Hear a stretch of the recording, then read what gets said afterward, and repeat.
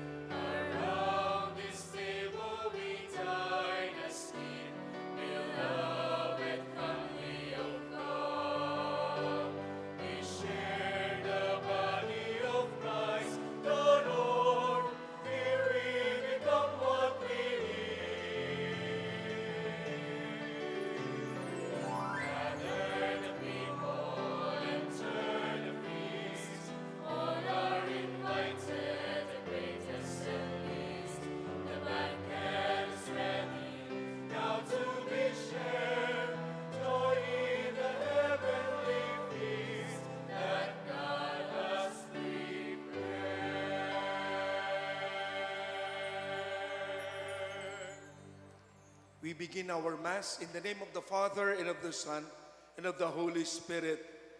Grace and peace from God our Father and the Lord Jesus Christ be with you all. Good morning po. My dear friends, in this our Mass, we are celebrating 20th Sunday in Ordinary Time. And calling to mind our sins in this our celebration of the Eucharist, mindful that before God, we are all sinners and always in need of His help. We now ask the Lord to pardon us from all our faults and failings.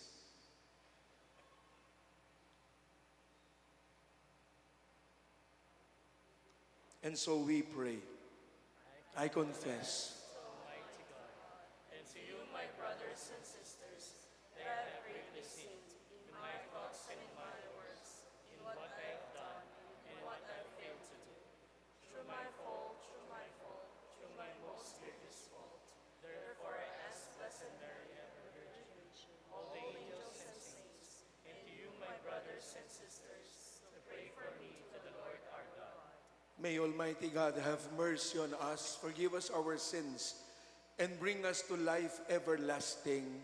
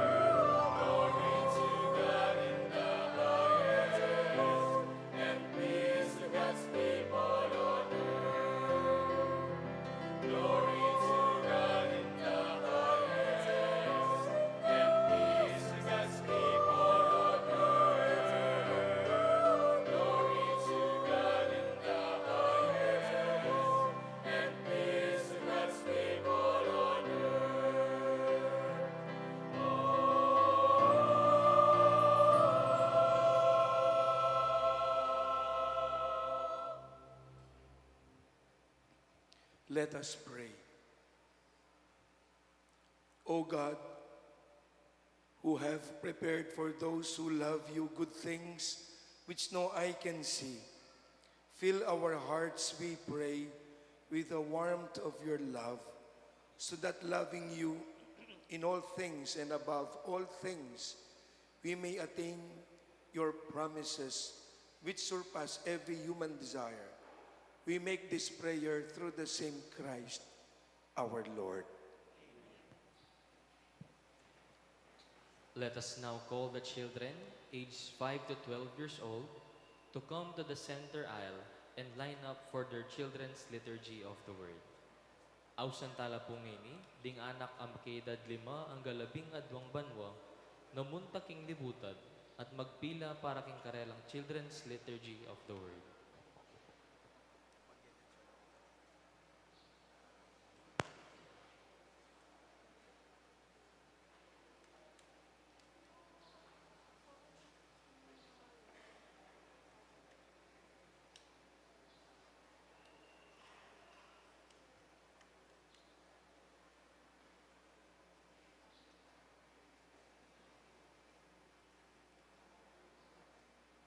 My dear children, you will now go to hear God's word, to praise God in song, and to learn how people of all times and places have waited for the Jesus, the Messiah, the Lord of heaven and earth. We will await your return so that together we may celebrate the Eucharist.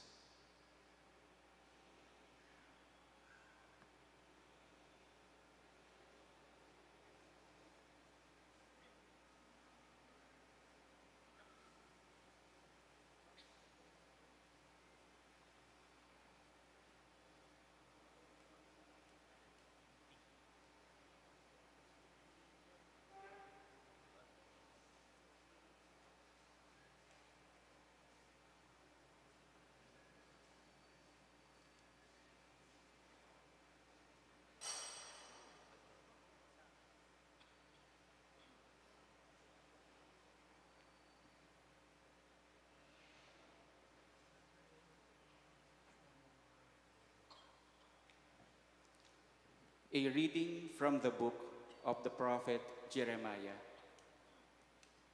In those days, the prince said to the king, Jeremiah ought to be put to death. He is demoralizing the soldiers who are left in this city and all the people by speaking such things to them. He is not interested in the welfare of our people, but in their ruin. King Zedekiah answered, He is in your power, for the king could do nothing with them. And so they took Jeremiah and threw him into the cistern of Prince Malchiah, which was in the quarters of the guard, letting him down with ropes. There was no water in the cistern, and only mud. And Jeremiah sank into the mud. Ebed-melech, a court official, went there from the palace and said to him, My lord king, these men have been at fault in all they have done to the prophet Jeremiah, casting him into the cistern. He will die of famine on the spot, for there is no more food in the city. Then the king ordered Ebed-melech the Cushite to take 3 men along with him and draw the prophet Jeremiah out of the cistern before he should die. The word of the Lord. Lord, come to my aid.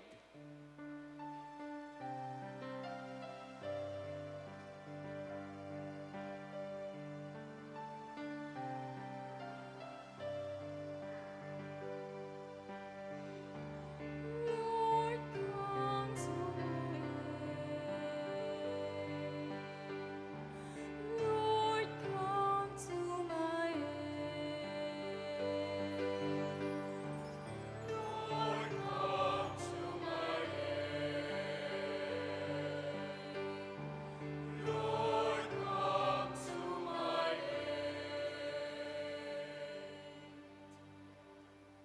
I have waited for the Lord, and he stooped toward me.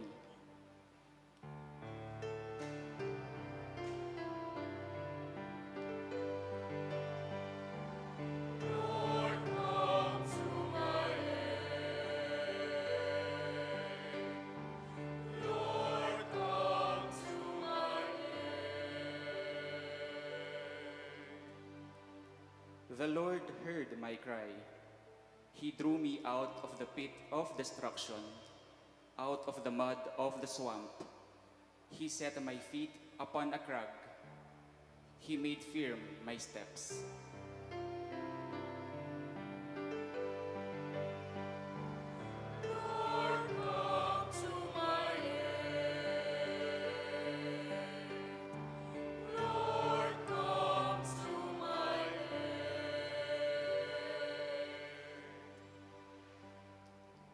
And he put a new song into my mouth, a hymn to our God.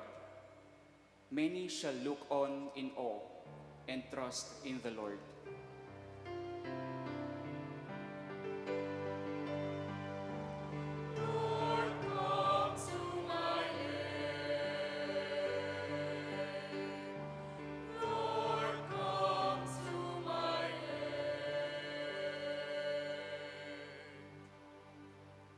Though I am afflicted and poor, yet the Lord thinks of me.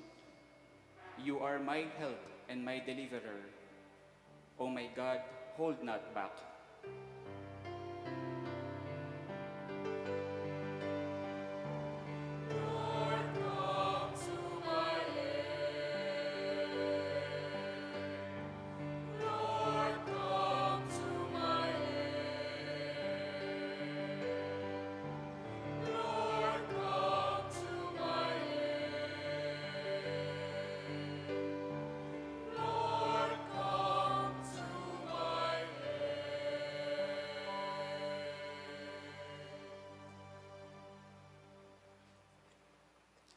A reading from the letter to the Hebrews. Brothers and sisters, since we are surrounded by so great a cloud of witnesses, let us rid ourselves of every burden and sin that clings to us and persevere in running the race that lies before us, while keeping our eyes fixed on Jesus, the leader and perfecter of faith. For the sake of the joy that lay before him, he endured the cross, despising its shame, and has taken his seat at the right of the throne of God. Consider how he endured such opposition from sinners, in order that you may not grow weary and lose heart in your struggle against sin. You have not yet resisted to the point of shedding blood. The word of the Lord.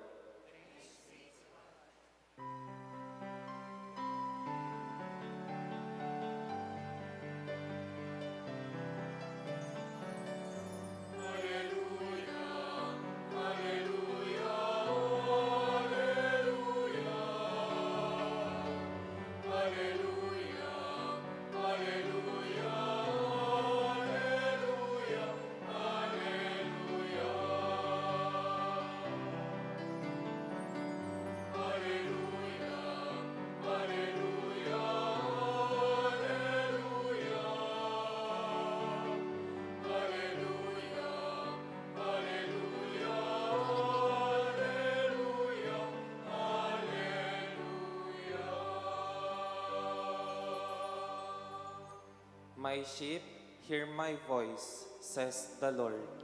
I know them, and they follow me.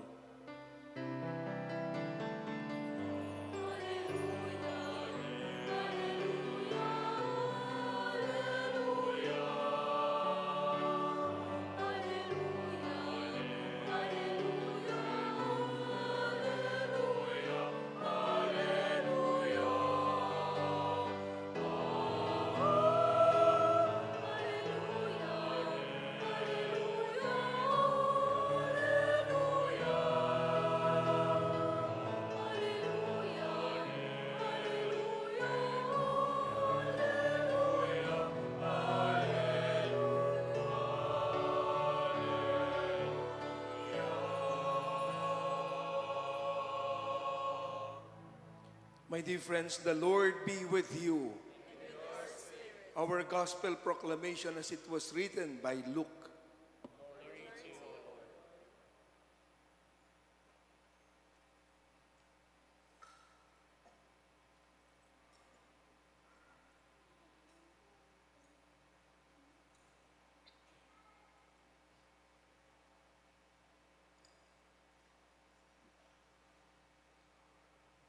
Jesus said to his disciples, I have come to set the earth on fire, and how I wish it were already blazing.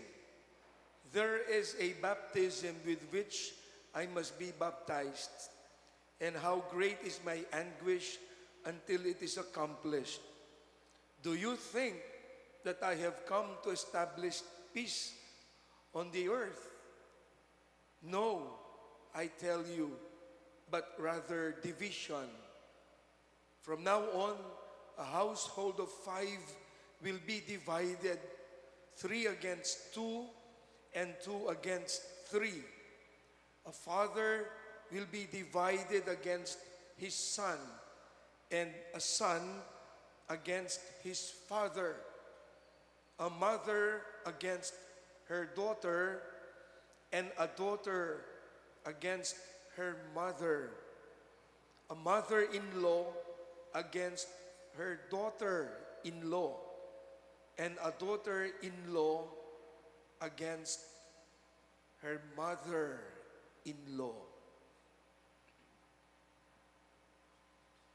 My dear friends, the gospel of the Lord.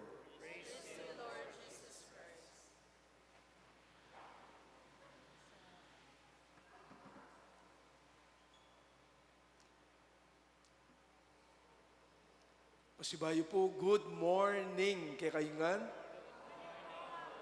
Kumusta ko po? Mayap ko muna man po.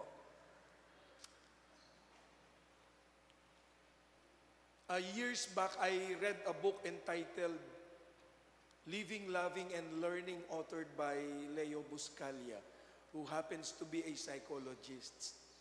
And in that book, it says, basically there are 2 kinds of persons in the world. In the realm of interpersonal relationships, 2 klase daw. Pagdating sa pakikipagkapwa. Una, yun daw tinatawag na contradictors. Sino po yung mga contradictors? Those are people who love the art of debates. Ano po? With them, there is no dialogue. Just plain debate and competition. Yun ang mga contradictors. They have strong opinions about something and about anything. And they usually find ways to be different. In fact, they are very intelligent and confident. And because of that, sabi nga, they always claim that they are always right. Yung mga contradictors daw yun. Ang pangalawa naman na uri ng tao ay yung mga conformists. Sino yung mga conformist? They are very predictable and agreeable, of course. Why? Because they are very easy to be with. Madali silang kasama. Kahit anong sinabi mo, okay lang ng okay. Tango lang ng tango. They are very easy to please. Ano po? Because they hardly question anything and everything. Because they accept things as they are. Kaya madali silang kasama. Yun ang mga conformists. Ano po? Bakit ko nabanggit ito? Si Jesus, He is neither a contradictor and a conformist. Si Jesus, hindi siya contradictor dahil malawak ang kanyang pangunawa. Bukas sa anumang pananaw. At hindi rin siya pwedeng kahit saan mo hilahin, okay lang ng okay ang Panginoon. conformist, hindi siya conformist. He is rather a paradoxical person. Ano yung paradoxical person? Isang tao na binabago ang pananaw at itinuro sa tao at kung ano ang pananaw ng mundo. Paradoxical. Binaligtad ang lahat-lahat ng pangunawa na ipinakilala, itinuro sa tao at kung ano ang galawan dito sa mundo. Narinig po natin yung mga pananalita. We have heard in our gospel that Jesus came into this world not to bring peace, sabi niya, but division. Alam po ninyo, nakakabahala ito. Kung hindi man nakakagulat. Ano po, bakit? Kasi po, very unlikely, hindi ganun ang Panginoon. Ang Panginoon, ano po, slow to anger, rich in kindness, full of compassion. Pero sa pananalita ni Jesus sa ating ebanghelyo, I came to bring fire on the earth. And how I wish, sabi niya, it is already blazing. Baka inaakala ninyo, dumating ako dito sa mundo para ang daladala ko ay kapayapaan. Hindi, not peace, but division, pagkakawatak-watak. And to the very least, ano po, hanggang sa pamilya. Hanggang sa pamilya. Father will be divided against his son. The son against his father. Mother against her daughter. And daughter against her mother. Mother-in-law against her daughter-in-law. And daughter-in-law against her mother-in-law. Hanggang sa pamilya, nakakabahala ito. Ano ba ang tunay na dahilan? Bakit nabanggit ito? Alam po ninyo, alam natin na ang Panginoon, He is the Prince of Peace. And even in the Gospel of Luke chapter 2, the angels, no po, they were singing and praising the Lord. Bakit? Glory to God in the highest, sabi ng mga anghel. And peace to people of goodwill. They proclaimed that during the nativity of Jesus, nung ipinanganak si Jesus. Kaya He is the Prince of Peace. Ang sabi, not peace but division. In the priestly prayer of Jesus, ano ang dasal niya? Lord, I pray that all may be one, just as you and I are one. Barang taliwas ito kung tutuusin. Mga kapatid, kung susuriin natin, ganito ang pangyayari. When Jesus began His public ministry, binaligtad lahat ang pananaw at pangunawa ng tao at ang pananaw ng mundo. Paradoxical ang kanyang mga salita. Halimbawa,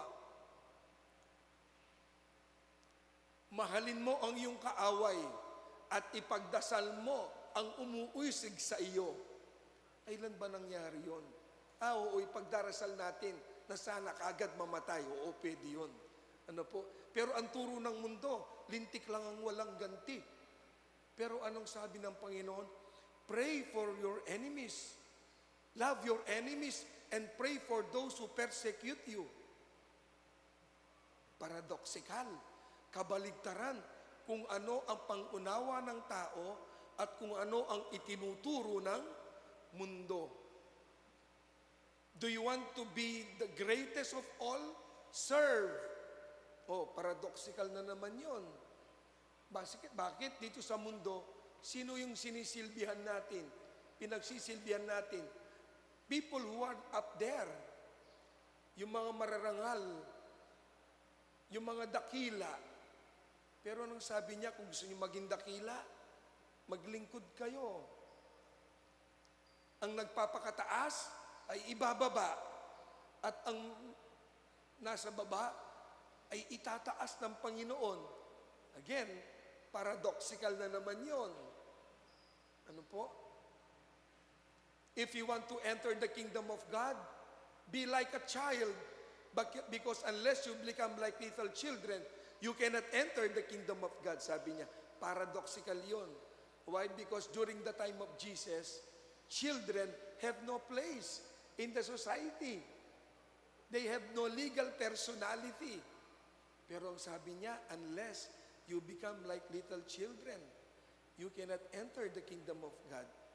Mapalad kayo, kayo na nagugutom, kayo na mga dukha, mapalad kayo ng mga taong na tinuusig, inaalimura ng kapwa. Kailan pa naging mapalad ang mga dukha? Gusto ba ninyong maging dukha? Ako ayaw ko. Pero yung sabi ng Panginoon mapapalad kayo mga dukha, mga nagugutom, mga inuusig, mga inaalimura ng kapwa. Well, paradoxical. No wonder kung bakit nung siya ay pumarito, marami ang kumontra kay Jesus. Bakit? Jesus came into the world. His purpose is not division. His purpose, no po, it is not division. It is only a consequence of His teachings.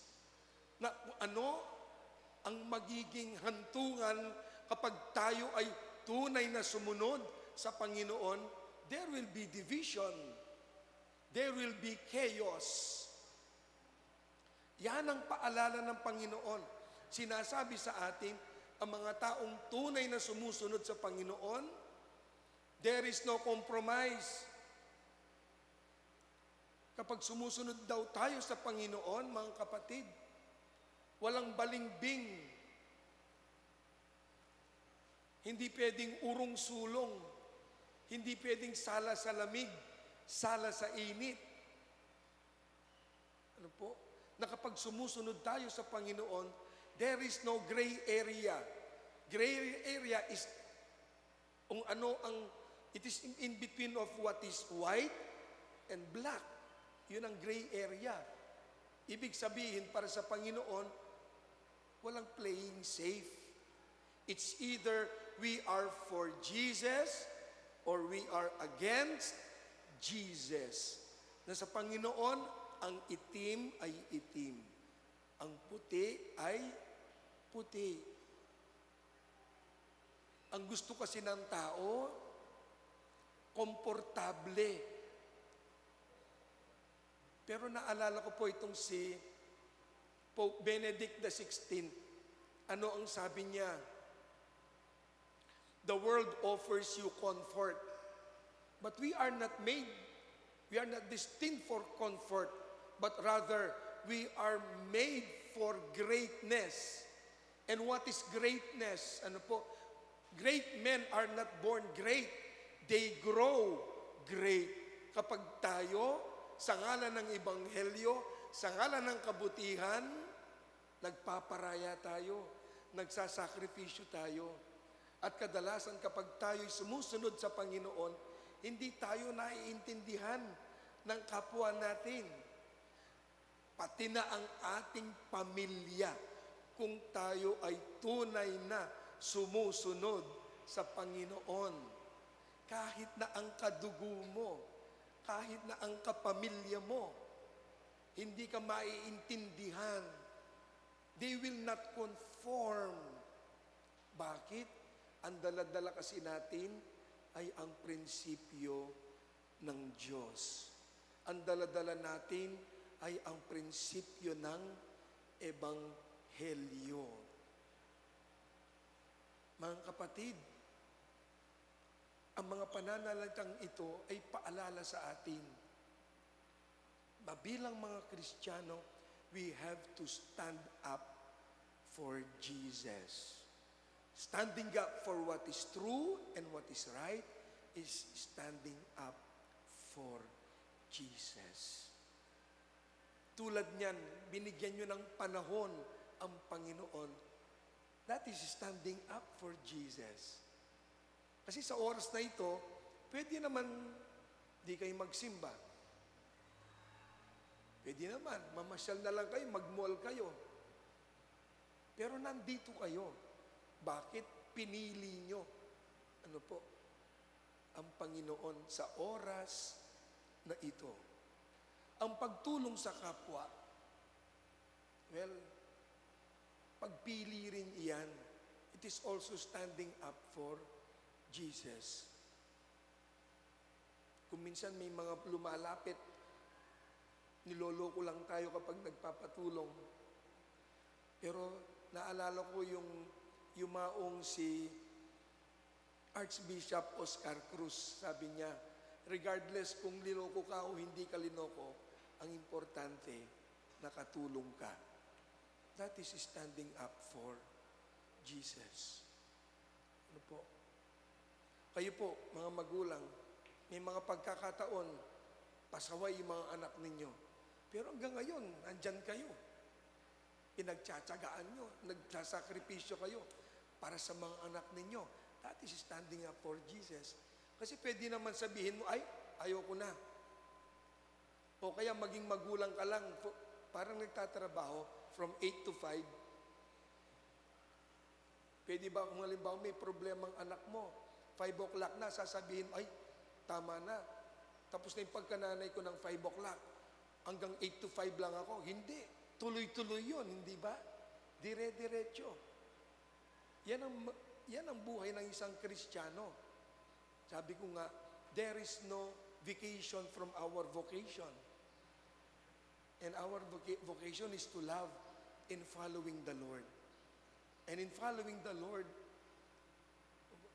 there will be contradictors sa ating mismong pagsunod sa Kanya. Pero kasama yon sa pagiging alagad ng Diyos, kasama yon sa pagsusunod sa ating Panginoon. Kaya naman po, in this our Mass, ito po ang dasal natin. Sana maging matibay tayo, maging matatag tayo na po, sa ating pagsunod sa Panginoon, hindi baling hindi kumumpormi ang lahat. Ang mahalaga, kumukumpormi ang Panginoon sa ating ginagawa. Ang natutuwa, bandang huli, ay walang iba kundi ang ating Panginoon. Mga kapatid, ito po ang baunin natin. This is what we are going to pray for as we continue the celebration of the Eucharist. Muli po, may God bless us all. Amen. Please stand. For every prayer and petition, or I believe in God, Creator of heaven and earth, and in Jesus Christ, His only Son, our Lord, who was conceived by the power of the Holy Spirit, born of the Virgin Mary, suffered under Pontius Pilate, was crucified, died, and was buried. He descended into hell. On the third day he rose again from the dead. He ascended into heaven, and seated at the right hand of God, the Father Almighty. From there he will come again to judge the living and the dead. I believe in the Holy Spirit, the Holy Catholic Church, the communion of saints, the forgiveness of sins, the resurrection of the body, and life everlasting. as disciples of the Lord, we are committed to seek all that is true, honest, or worthy of praise. Aware of the many difficulties we may encounter in this area, let us ask the Lord's help. And for every prayer, let our answer be, Lord, help us follow you. Lord, help us to follow you.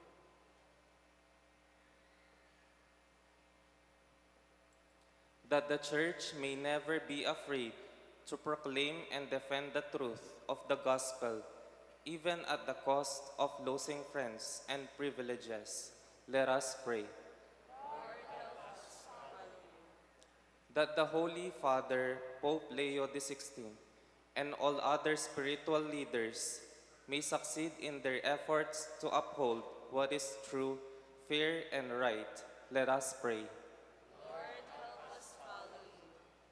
That all parents, teachers, and media people may instill in the children and youth a sincere love for the values of the kingdom preached by Christ. Let us pray. That our youth may commit themselves to follow the teaching of the Church without being swayed away by many pagan lifestyles they see in our society. Let us pray. Let us pray in silence for the urgent concerns of our parish community and our personal intentions. Let us pray. Lord Jesus, faithfulness to your ideals may set us on a collision course with those who uphold principles that run counter to yours.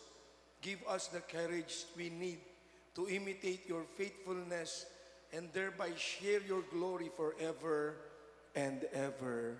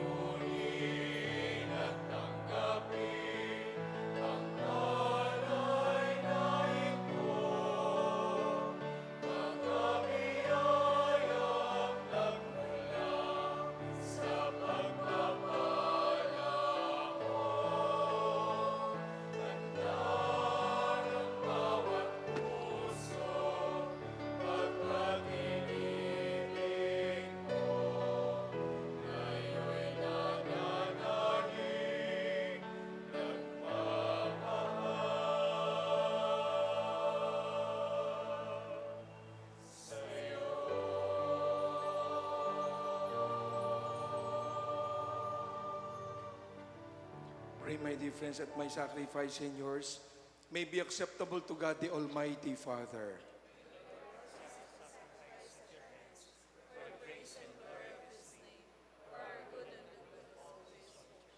Receive our oblation, O Lord, by which is brought about a glorious exchange, and by offering what you have given, we may merit to receive your very self through Christ our Lord.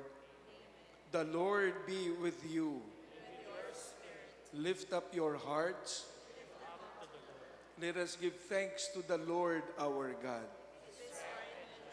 It is truly right and just, our duty and our salvation, always and everywhere to give you thanks, Holy Father, through your beloved Son, Jesus Christ. And so with all the saints and angels, we declare your glorious with one voice. We all acclaim.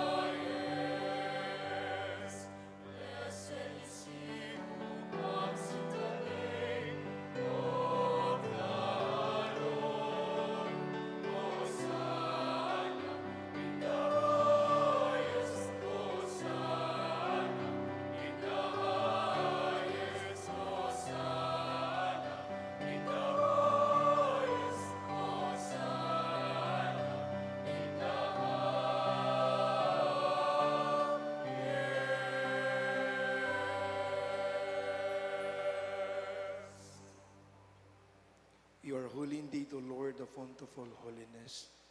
Make holy therefore this gift, we pray, so that they may become for us the body and blood of our Lord Jesus Christ.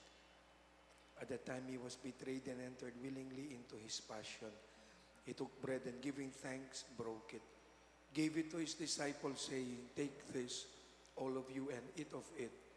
For this is my body which will be given up for you."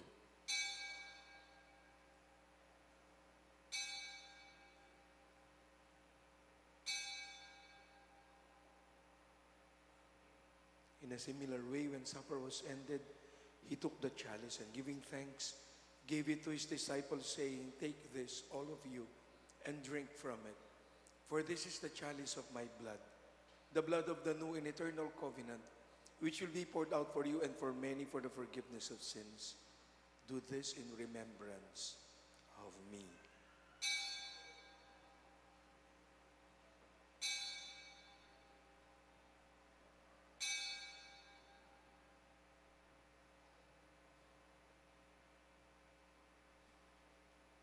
The mystery of faith.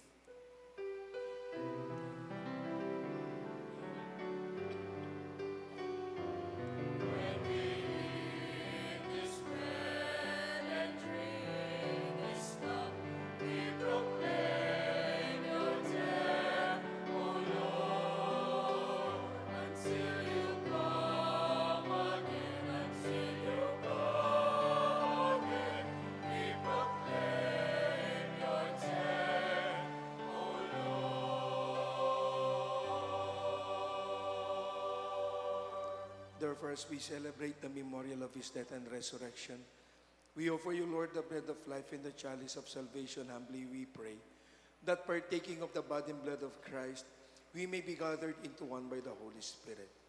Lord, remember your church spread throughout the world, together with Leo, our Pope, Florentino, our Archbishop, Paciano, our Bishop Emeritus, the clergy, and most especially your family gathered this morning in this our Mass. We now in silence remember our personal prayers and petitions.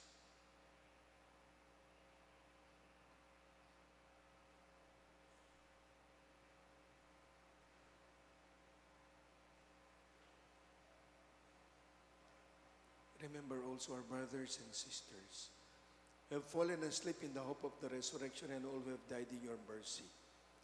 Welcome them into the light of your face. Have mercy on us all, we pray, that with the Blessed Virgin Mary, the Mother of God, with the apostles and saints who have pleased you throughout the ages, we may merit to be co-heirs to eternal life and may praise and glorify you through your Son, Jesus Christ. Through him and with him and in him, O God Almighty Father, in the unity of the Holy Spirit, all glory and honor is yours forever and ever.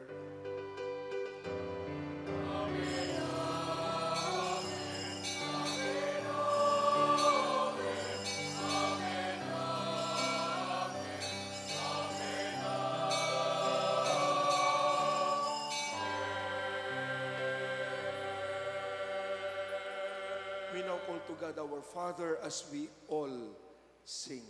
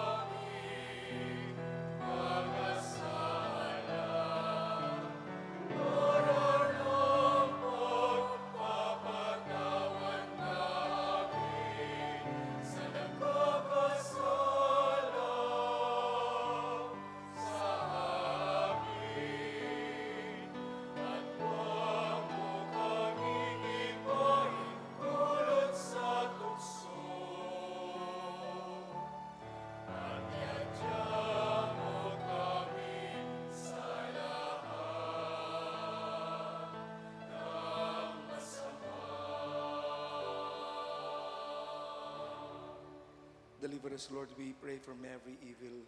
Graciously grant peace in our days, that by the help of your mercy, we may always be free from sin and safe from all distress, as we await the blessed hope and the coming of our Savior, Jesus Christ.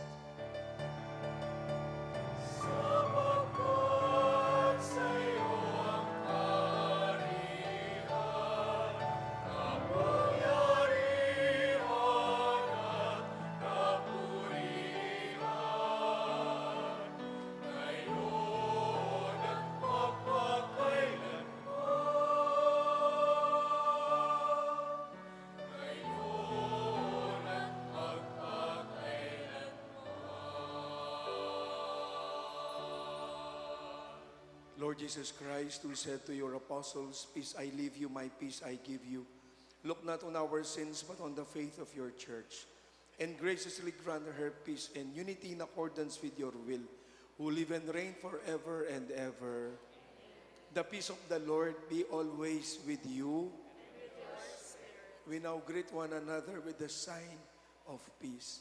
Peace be with you all.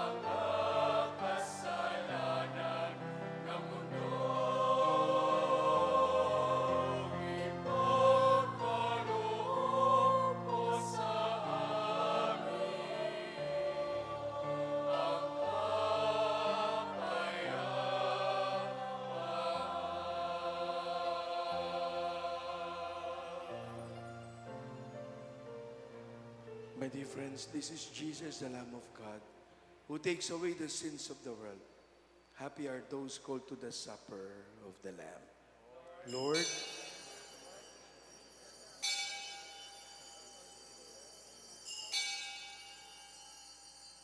may the body and blood of our Lord Jesus Christ bring us to life everlasting.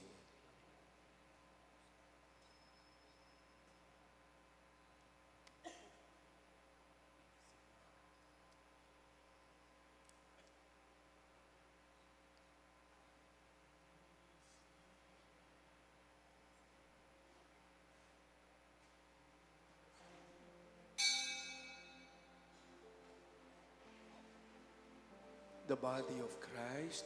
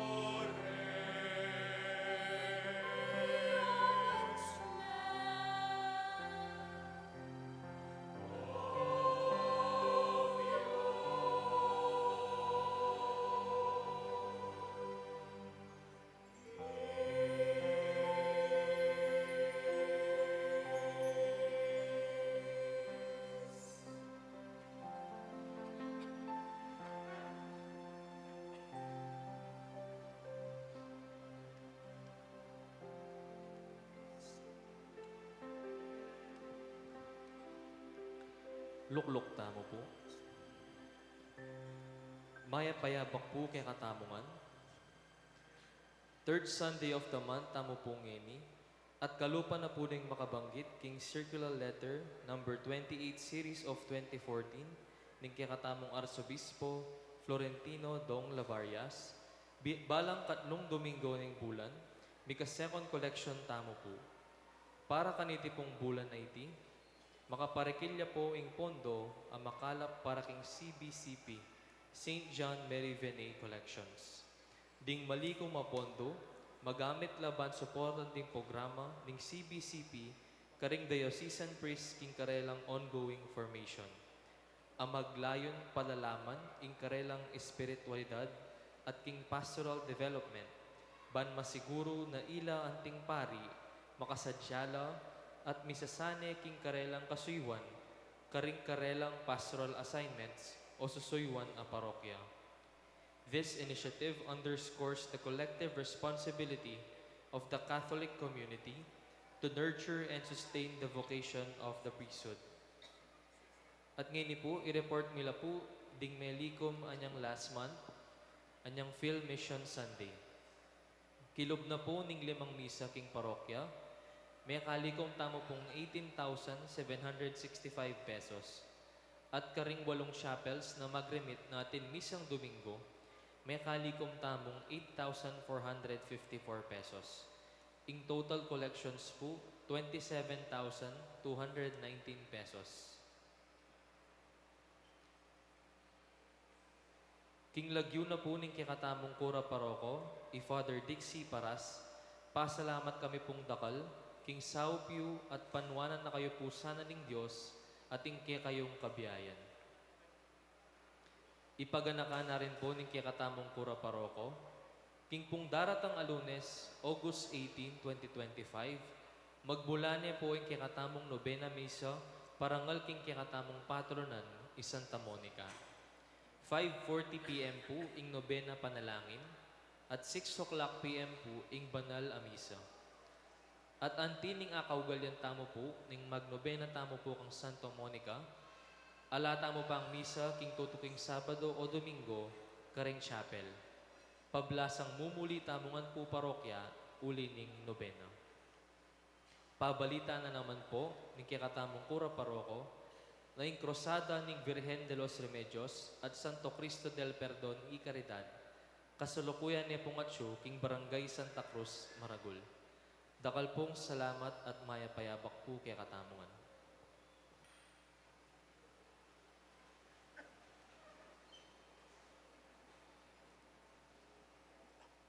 Let us pray. Made partakers of Christ through these sacraments, we humbly implore your mercy, Lord, that conformed to his image on earth, we may merit also to be his co-heirs in heaven, who lives and reigns forever and ever. Amen. The Lord be with you. And may the Almighty God bless you and your family, the Father, the Son, and of the Holy Spirit.